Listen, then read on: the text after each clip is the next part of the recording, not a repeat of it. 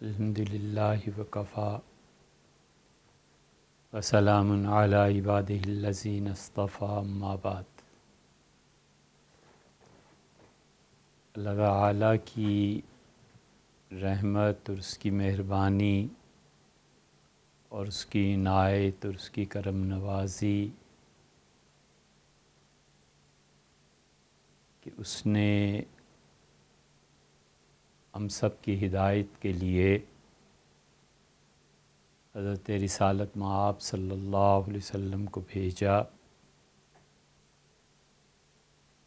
اور پھر ایک پوری جماعت کو چن لیا، اور وہ ان کے اصحاب، ان کے رفقاء، ان کے نجبا اور ان کے خلفاء ہوئے رضی اللہ تعالی عنہم۔ اور اس کے بعد تابعین اور تبع تابعین کو بھی اللہ نے منتخب فرمایا، اور ان کا اکثر حصہ راہ راست اور صحیح چیزوں کو امت میں منتقل کرتا رہا۔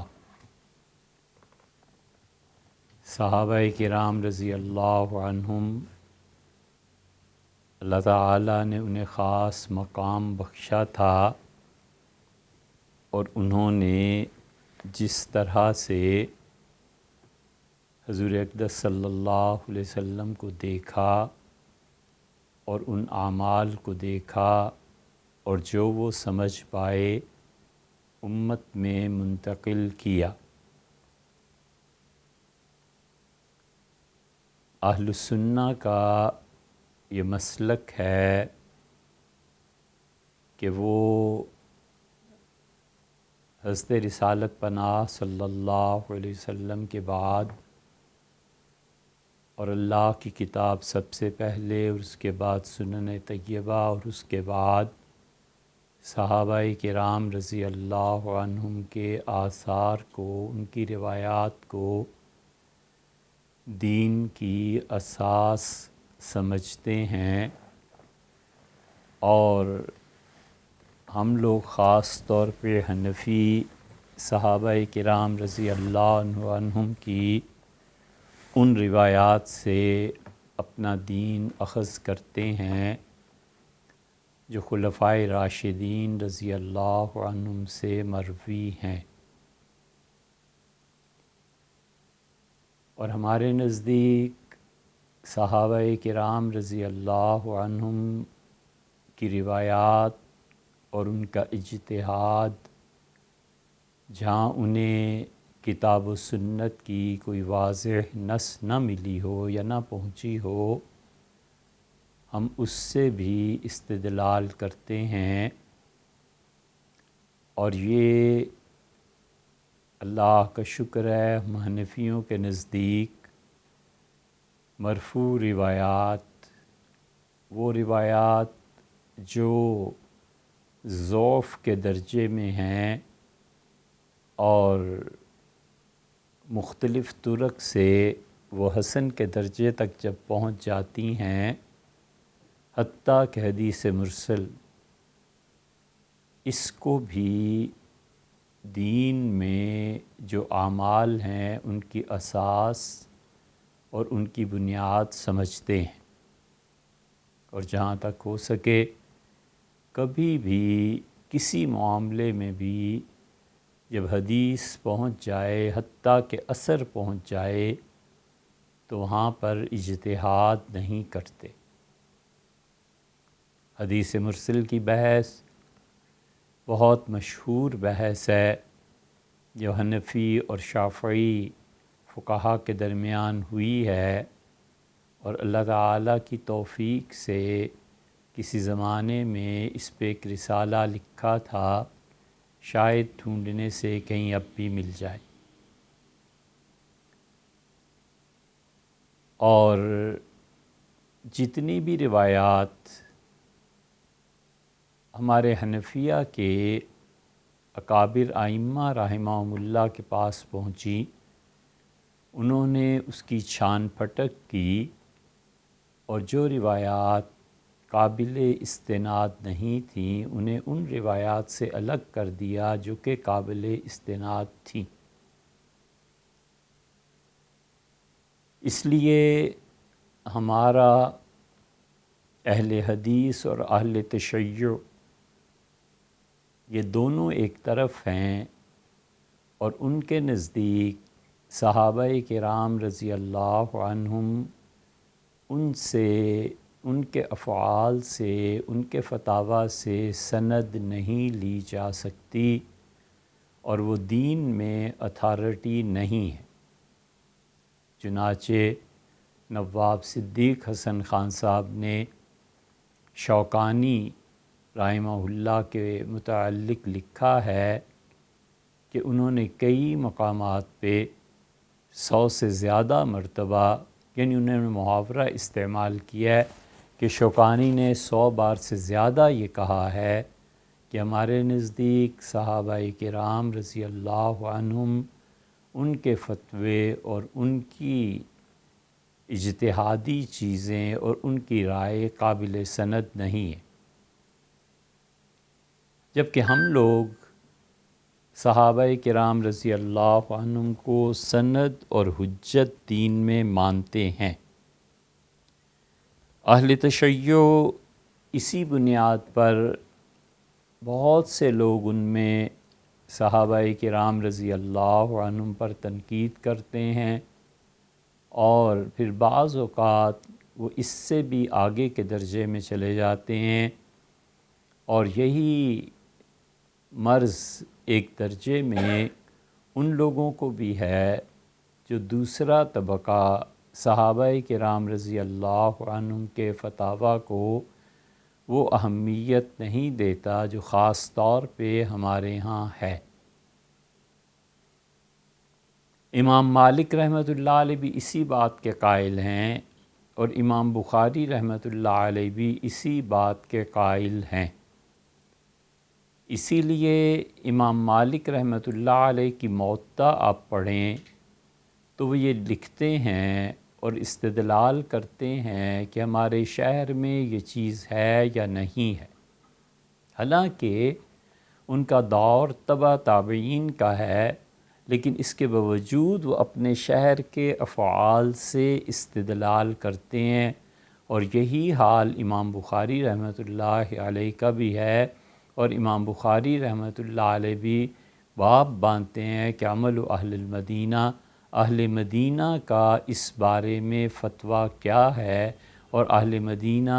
رضی اللہ عنہم کا طرز عمل کیا تھا۔ چنانچہ امام مالک رحمۃ اللہ علیہ کبھی فتوے میں بھی یہ کہتے ہیں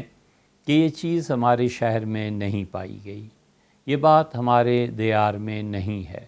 تو اس سے ان کا مطلب یہی ہوتا ہے، اور وہی چیز ہے جو حنفیہ کے ہاں بھی ہے، کہ وہ صحابہ کرام رضی اللہ عنہم سے جو فتاویٰ صحیح طور پر نقل ہیں، اور خاص طور سے خلافت راشدہ کو تو وہ بالکل حضور اقدس صلی اللہ علیہ وسلم کی سنن کا تکملہ سمجھتے ہیں، کہ وہ ان کی خلفائے راشدین کی جو فتاویٰ اور ان کی جو روایات ہیں وہ حضور اقدس صلی اللہ علیہ وسلم کی روایات کو مکمل کرنے والی ہیں،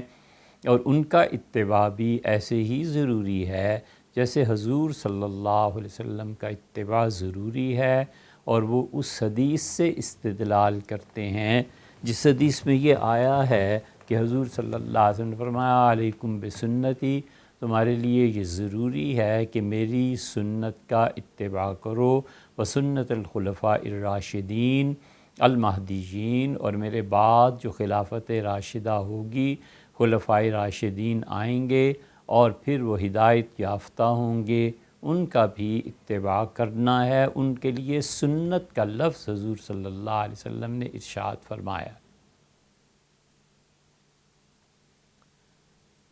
اور اسی کے ساتھ ساتھ ہم اس وسعت ظرفی کے ساتھ فتوے کے لیے لوگوں کو بتاتے ہیں، تیار کرتے ہیں، طلبہ ہمارے ہاں مدارس میں پڑھتے ہیں کہ جو ائمہ مجتہدین ہیں، امام شافعی ہیں، مالک ہیں اور امام احمد بن حنبل ہیں رحمہم اللہ، وہ سب کے سب ائمہ مجتہدین رحمہم اللہ، اور ان کے علاوہ بھی بہت سے لوگ، ان کا اور ہمارا اختلاف جن جن مسائل میں ہے، یہ سب کا سب اختلاف یہ قطعی اور یقینی اور اس درجے کا کہ معاذ اللہ کفر اسلام کا ہو قطعاً نہیں ہے۔ ہمارے پاس مضبوط دلائل ہیں فقہ حنفی میں اور فقہ شافعی میں، جو دلائل ہیں وہ اس کے مقابلے میں کمزور ہیں، اور عین ممکن ہے کہ ان کے دلائل مضبوط ہوں اور ہمارے کمزور ہوں، کیونکہ وحی نہیں آتی کسی پر بھی، اور یہ چیزیں جو وحی سے ثابت نہیں ہیں اور محض اجتہاد سے ہیں، ہم اس پہ کوئی قطعی حکم نہیں لگاتے۔ اس لیے ہمارے نزدیک تمام ائمہ مجتہدین وہ اللہ تعالیٰ کے چنے ہوئے بندے تھے، انہوں نے اجتہاد کیا،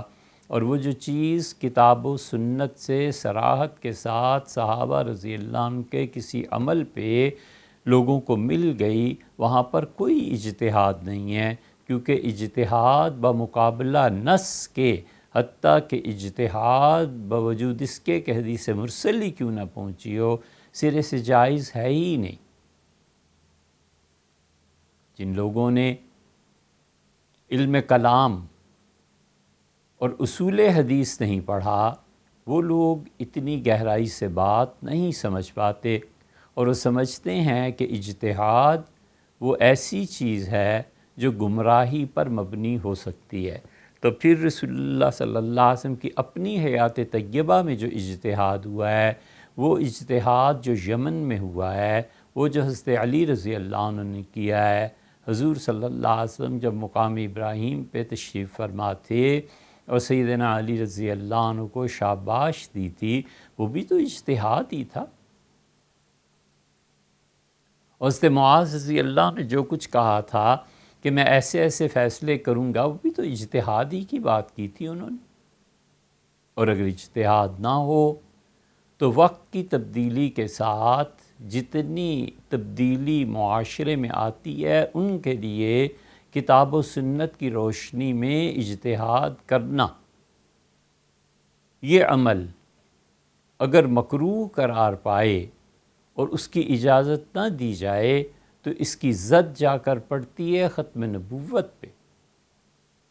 ختم نبوت کے معانی میں سے ایک معنی یہ بھی ہے کہ حضور اقدس صلی اللہ علیہ وسلم جس دین کو لے کے تشریف آوری ہوئی ہے، وہ دین قیامت تک کے لیے، قیامت تک کے لیے معاشرے بدلتے رہیں گے، سوسائٹیز میں چینج آتی رہے گی، ضرورت پیش آ جائے گی کہ اس موقع پہ تو کوئی نبی ہوتا، نبی ہے نہیں۔ تو حضور اقدس صلی اللہ علیہ وسلم نے اللہ تعالیٰ کی مہربانی سے 2 سلسلے چھوڑے ہیں اپنے بعد، اور وہ دونوں سلسلے نبوت کے بعد امت میں ختم نبوت کا تحفظ کرتے ہیں، اس لیے کسی نئے نبی کی ضرورت ہے ہی نہیں۔ حضرت مجدد الفسانی سرہندی رحمۃ اللہ علیہ نے اپنے مکتوبات شریف میں لکھا ہے کہ اس وقت ایسی گمراہی پھیل گئی ہے کہ اگر قدیم زمانہ ہوتا تو کوئی نیا نبی آتا۔ وجہ اس کی یہی ہے کہ جو مسلمان اس وقت کی بعض مسلمان بعض حرکتوں میں مبتلا تھے، وہ ایسی چیزیں تھیں جو معاذ اللہ کفر تک بھی پہنچا سکتی تھیں۔ تو لیکن اس زمانے میں بھی یہی ہوا ہے کہ الحمدللہ علماء نے اپنی ذمہ داریاں پوری کیں، اور انہوں نے اپنے جو بھی مخالفین تھے ان کو ٹھنڈے دل سے بھی سمجھایا، اور جہاں خالص کفر انہوں نے دیکھا، انہوں نے یہ بھی کہا کہ کفر سے دلی طور پر نفرت کرنا یہ اللہ کے قرب میں اور اللہ تعالیٰ کی معرفت میں بہت بڑی نیکی ہے۔ جو شخص ایسے کرتا ہے اس کو خدا کی راہ اور اللہ کی محبت جلد نصیب ہوتی ہے۔ یہ سب کچھ مکتوبات شریف میں لکھا ہے۔ لیکن ایسے نہیں ہوا عمومی طور پر علماء میں جو بہت سنجیدہ اور جن کا علم ٹھوس تھا اور جن کی تربیت ہوئی تھی، صرف علم نہیں تھا، تربیت بھی تھی۔ صرف علم گمراہی کی طرف بھی لے جاتا ہے، اور خدا کی پناہ ہے علم کے غرور سے کہ جس کے سر میں یہ سودا سما جائے کہ وہ پڑھا لکھا ہے اور وہ علم رکھتا ہے اور اس کے پاس بہت زیادہ فہم و فراست ہے، یہ ایسی خطرناک راہ ہے جس کا انجام بوجہ کبر کے جہنم کے علاوہ کچھ نہیں۔ تو جن میں دونوں چیزیں جمع تھیں، علم بھی اور تربیت بھی۔ اب تیسری کا اضافہ کر لیں کہ صحیح علم اور عقل سلیم اور پھر تربیت، کہ اس علم کو کہاں پر استعمال کرنا ہے، گفتگو کیسے کرنی ہے، بات کیسے کہنی ہے، یہ سب چیزیں جن لوگوں میں جمع ہو گئی تھیں وہ کبھی بھی فریق مخالف کے دلائل کا رد کرتے ہوئے سطح سے نہیں گرتے تھے۔ ان کے ہاں ہمیشہ اس بات کا خیال رکھا جاتا تھا کہ جس کے متعلق دلائل دے رہا ہوں وہ امام شافعی ہیں، مالک ہیں، احمد بن حنبل ہیں رحمہم اللہ، تابعین، تبع تابعین اور صحابہ کرام رضی اللہ عنہم ہیں، کہ ان کے مقام اور ان کی مرتبت کو جانتے ہوئے گفتگو کرتے تھے۔ یہ نہیں ہوتا تھا کبھی بھی کہ وہ ادب سے ہٹ جائیں۔ حضرت مدنی رحمۃ اللہ علیہ کے ہاں،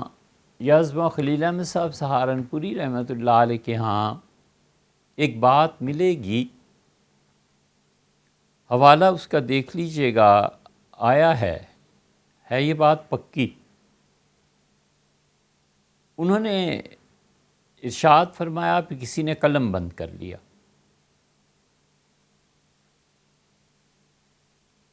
انہوں نے کہا کہ کسی جگہ وہ حدیث سن رہے تھے، تو جو شخص بخاری شریف پڑھا رہا تھا وہ حدیث پہ حکم جب لگاتا تھا تو وہ کہتا تھا کہ یہ ہمارے آقا اور ہمارے سردار اور ہمارے حضرت امام مالک رحمۃ اللہ علیہ کا مستدل ہے، اس حدیث سے ان کا مسلک ثابت ہوتا ہے۔ آگے پڑھو۔ پھر کوئی حدیث آ جاتی تھی تو آخر پہ اس پہ حکم لگاتے ہوئے وہ کہتے تھے یہ حدیث امام شافعی رحمۃ اللہ علیہ کے اس مسئلے کی تائید میں ہے، یہ حدیث، یہ دیکھو حنفی فقہا بھی یہی کہتے ہیں، انہوں نے امام بخاری رحمۃ اللہ علیہ میں بیان کیا ہے۔ وہ کہتے تھے مجھے بڑا اچھا لگا، یہ ارشاد فرمایا کہ بڑا اچھا لگا کہ کسی حدیث پہ یہ نہیں ہے کہ کسی بھی امام کے ساتھ گستاخی، معاذ اللہ، استغفر اللہ، کوئی ایسی بات کی جائے، بلکہ وہ اپنے طلباء کو بتاتے تھے کہ ان کے پاس بھی دلائل ہیں، ہمارے پاس بھی دلائل ہیں، وہ ایک کام کرتے ہیں تو کتاب و سنت ہی کی بنیاد پہ کرتے ہیں۔ اس غلط فہمی میں نہیں رہنا چاہیے کہ صرف حدیث ہمارے ہی پاس ہے، ان کے پاس نہیں۔ یہ ہوتا ہے کبھی، اور اس کی مختلف وجوہات ہوتی ہیں۔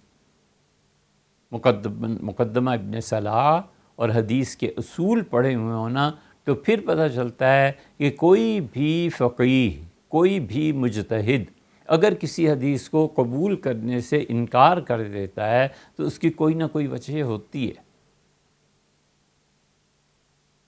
اور ان ائمہ مجتہدین کا کیا مسئلہ ہے؟ صحابہ رضی اللہ عنہ میں بھی یہ بات تھی، اور صحابہ رضی اللہ عنہ کے بھی امام اور ان کے سرخیل اور ان کے قائد سیدنا عمر رضی اللہ عنہ کو فاطمہ بنت قیس نے کیا کہا تھا طلاق کے مسئلے میں، 3 طلاقوں کے مسئلے میں، کہ اس کے لیے کوئی نفقہ اور سکنا نہیں ہے، یعنی جتنے دن وہ عدت گزارے گی اس عرصے میں اس کا شوہر نہ اس کا ذمہ دار ہے کہ اسے سکنا، مکان رہائش کے لیے دے، جگہ، اور نہ اس کے ذمہ دار ہے کہ وہ جتنی بھی طلاق کی مدت ہے، عدت کی جو مدت ہے، اس مدت میں وہ اس کے کھانے پینے کا بھی بندوبست کرے۔ سیدنا عمر رضی اللہ عنہ کو جب یہ مسئلہ پیش آیا تھا تو فاطمہ بنت قیس نے کہا تھا، تو حضرت عمر رضی اللہ عنہ نے اس کو رد فرما دیا تھا۔ انہوں نے فرمایا میں نہیں جانتا کہ عورت کو یاد بھی رہا ہے یا نہیں، میں نے خود رسول اللہ صلی اللہ علیہ وسلم سے سنا ہے کہ 3 طلاق والی عورت کو سکنا بھی دیا جائے گا اور نفقہ بھی دیا جائے گا۔ میں ایک عورت کی وجہ سے خدا کی کتاب اور اپنے نبی صلی اللہ علیہ وسلم کی بات کو نہیں چھوڑ سکتا۔ اب یہ دیکھیں آپ، بہت چیزیں مل جائیں کہ صحابہ کرام رضی اللہ عنہ کے پاس حدیث پہنچتی تھی اور کس بنیاد پر وہ کہتے تھے کہ اب یہ حدیث نہیں ہے۔ وہ ساری چیزیں کتابوں میں تحریر ہیں۔ یہ مجتہدین تو بہت بعد کے ہیں نا، اس سے مجتہد جب کہتا ہے کہ یہ حدیث میرے لیے قابل قبول نہیں ہے تو اس کی بیک پہ اس کے اصول ہوتے ہیں، وہ بھی دیکھ لینے چاہیے، پڑھ لینے چاہیے کہ وہ حدیث کی کس قسم کو، کس چیز کو یہ مانتے ہیں، جانتے ہیں، اس کے بارے میں کیا حکم لگاتے ہیں۔ یہ بہت ٹھوس علم اس کے لیے چاہیے۔ یہ نہیں ہے کہ اس حدیث کو امام مالک رحمۃ اللہ علیہ نہیں مانا تو یہ تھوڑی ہے کہ امام مالک رحمۃ اللہ علیہ کے متعلق بے ادبی کا پہلو اختیار کیا جائے، جانچا جائے، دیکھا جائے کہ حضرت امام کیا کہتے تھے رحمہ اللہ۔ امام مالک رحمۃ اللہ علیہ اویس قرنی کے متعلق انکار کرتے ہیں کہ اویس قرنی نام کی کوئی شخصیت میں نہیں جانتا۔ یہ ایک مثال آپ کے سامنے رکھ رہے ہیں۔ اور اویس قرنی رحمۃ اللہ علیہ کی فضیلت کی احادیث صحیح مسلم میں آئی ہیں۔ امام مالک رحمۃ اللہ علیہ نے کیوں رد فرما دیا کہ مجھے نہیں معلوم؟ اویس قرنی ایسے آدمی ہیں جن سے سیدنا علی اور سیدنا عمر رضی اللہ عنہما نے درخواست کی تھی کہ ہمارے لیے دعا کریں، دعا مانگیں، اور اویس قرنی رحمۃ اللہ علیہ کو سیدنا عمر رضی اللہ عنہ نے کہا تھا کہ حضور صلی اللہ علیہ وسلم نے فرمایا کہ وہ اپنی والدہ کی خدمت میں مصروف رہتے ہیں، اس وجہ سے میرے پاس حاضری نہیں ہو سکی ان کی، لیکن وہ اللہ کا اتنا اچھا بندہ ہے کہ خدا ان کی دعا سے قبیلہ بنو کلب کی بکریوں میں جتنے بال ہیں اس سے زیادہ گناہ گاروں کو جنت میں بھیجے گا اس کی دعاؤں سے۔ تو تمہیں ملے تو تم اس سے اپنے لیے دعا کرانا۔ یہ ساری روایات ہیں، صحیح ہیں۔ اویس قرنی رحمۃ اللہ کے متعلق ہر جگہ یہ روایات مل جائیں۔ امام مالک رحمۃ اللہ علیہ میں اس شخص کو جانتے ہی نہیں، یہ روایات ان تک نہیں پہنچی۔ کیوں نہیں پہنچی؟ اس کی ایک وجہ یہ بھی ہے کہ امام مالک رحمۃ اللہ علیہ کی بڑی عزت تھی، احترام تھا، سب لوگ مدینہ منورہ حاضر ہوتے تھے ان کی خدمت میں۔ مدینہ منورہ کی مرجعیت کی وجہ سے امام مالک رحمۃ اللہ علیہ علم حاصل کرنے کے لیے مدینہ منورہ سے شاید ہی کہیں نکلے ہوں، شاید، یہ تاریخ سے پتہ چل جائے گا۔ وہ نہیں گئے، اس لیے کہ کل علم حج کے موقع پہ ویسے بھی حضرت رسالت پناہ صلی اللہ علیہ وسلم کی محبت میں بھی یہ سب لوگ آتے تھے مدینہ منورہ، انہیں کہیں جانے کی کیا ضرورت تھی؟ یہ ایک مثال آپ کے سامنے رکھی ہے۔ اس لیے کسی بھی امام کے متعلق، کسی بھی مجتہد کے متعلق یہ کہنا کہ وہ حدیث کے خلاف جان بوجھ کر کرتا تھا، یہ بڑا نازک معاملہ ہے، نہیں کہنا چاہیے، نہ کرے، اس کام میں نہ پڑے۔ اصول دیکھنے چاہیے کہ انہوں نے اس حدیث کو کیوں نہیں مانا، کیوں اس پہ فتویٰ نہیں دیا۔ امام ابو حنیفہ رحمۃ اللہ علیہ نے فرمایا کہ ہمارے کوفہ میں کوئی بھی رفع یدین نہیں کرتا تھا۔ سیدنا علی تشریف لے گئے تھے اور سیدنا ابن مسعود رضی اللہ عنہ وہیں گئے تھے، اور ابن مسعود رضی اللہ عنہ نے نمازوں میں رفع یدین نہیں کیا۔ کسی نے ایک صحابی رضی اللہ عنہ کا نام ابراہیم نخعی رحمۃ اللہ علیہ سے کہا کہ وہ تو رفع یدین کرتے تھے۔ انہوں نے کہا ابن مسعود جو ساری زندگی ساتھ رہے وہ انہوں نے نہیں دیکھا، اور وہ اتنے دور سے آئے تھے اور چند دن کے لیے آئے تھے، بس انہوں نے دیکھ لیا کہ رفع یدین کرتے تھے، اور ابن مسعود جو ساری زندگی ساتھ رہے ہیں وہ کیا کہتے ہیں؟ ناراض ہوئے رضی اللہ عنہ۔ یہ ساری چیزیں اسی لیے امام صاحب رحمۃ اللہ علیہ بھی کہتے ہیں ہمارے ہاں اہل کوفہ یہ کرتے تھے، میں نے اس شہر میں یہ دیکھا۔ لیکن یہ کہنا کہ فلاں امام کو فلاں حدیث مل گئی تھی، اس کے باوجود اس نے اس پہ عمل نہیں کیا، بغیر کسی وجہ کے، یہ ان کے حق میں بہت بڑی گستاخی ہے۔ ہو نہیں سکتا کہ کسی امام کے پاس حدیث پہنچی ہو اور اصول جو قائم ہوئے تھے اس کے مطابق ہو، اور پھر وہ اسے چھوڑ دے۔ یہ ہو سکتا ہے کہ جو اصول انہوں نے قائم کیے تھے اس پر وہ پوری نہ اترتی۔ بس ان کے یہاں اصول تھا، فرض کر لیجئے کہ خلافت راشدہ کو ترجیح دی جائے گی بنسبت ان صحابہ کرام رضی اللہ عنہم کے جو خلافت راشدہ سے باہر تھے۔ ان کا اصول تھا کہ رسول اللہ صلی اللہ علیہ وسلم نے خاص طور پہ جن سے محبت اور اعتماد فرمایا اس شخص کی روایات قابل ترجیح ہوں گی بنسبت اس انسان کے جو فتح مکہ کے موقع پہ مسلمان ہوئے۔ سیدنا عمر رضی اللہ عنہ نے کہا کہ جب تک، یہ اصول کہاں سے آیا؟ یہ سیدنا عمر رضی اللہ عنہ سے آیا۔ انہوں نے کہا جب تک دنیا میں ایک بدری زندہ ہے خلافت اسی کی ہے، اور اہل بدر کے بعد پھر خلافت میں حق بنتا ہے احد والوں کا۔ اور میں نے فتح مکہ کے موقع پر بہت زیادہ لوگ مسلمان ہو گئے تھے اور انہیں حضور صلی اللہ علیہ وسلم کی ایسی صحبت نہیں ملی جیسے احد اور بدر والوں کو ملی ہے۔ میں نے انہیں خلافت کے قریب نہیں پھٹکنے دیا۔ حضرت عمر بن العاص رضی اللہ عنہ کی کوشش تھی کہ جو 6 آدمی خلافت کے لیے منتخب فرمائے تھے حضرت نے، اس میں یہ بھی آ جائیں کہیں سے، کچھ ہو جائے سیدنا عمر رضی اللہ عنہ کا، اور جن کو میں نے اسلام کی وجہ سے اور اللہ کے دین میں مارا ہے اور جن کے باپوں کو میں نے مارا ہے، وہ سمجھتے ہیں کہ میں انہیں خلافت کی اس کمیٹی میں لے لوں گا۔ میں نے تو ان کو نہیں لیا جو فتح مکہ کے موقع پہ مسلمان ہوئے تھے، اس لیے کہ رسول اللہ صلی اللہ علیہ وسلم کی صحبت طیبہ انہوں نے کم اٹھائی تھی، زیادہ سے زیادہ کیا ہوگا 2 سال، اور ان کے مقابلے میں جنہوں نے 20 سال گزارے تھے۔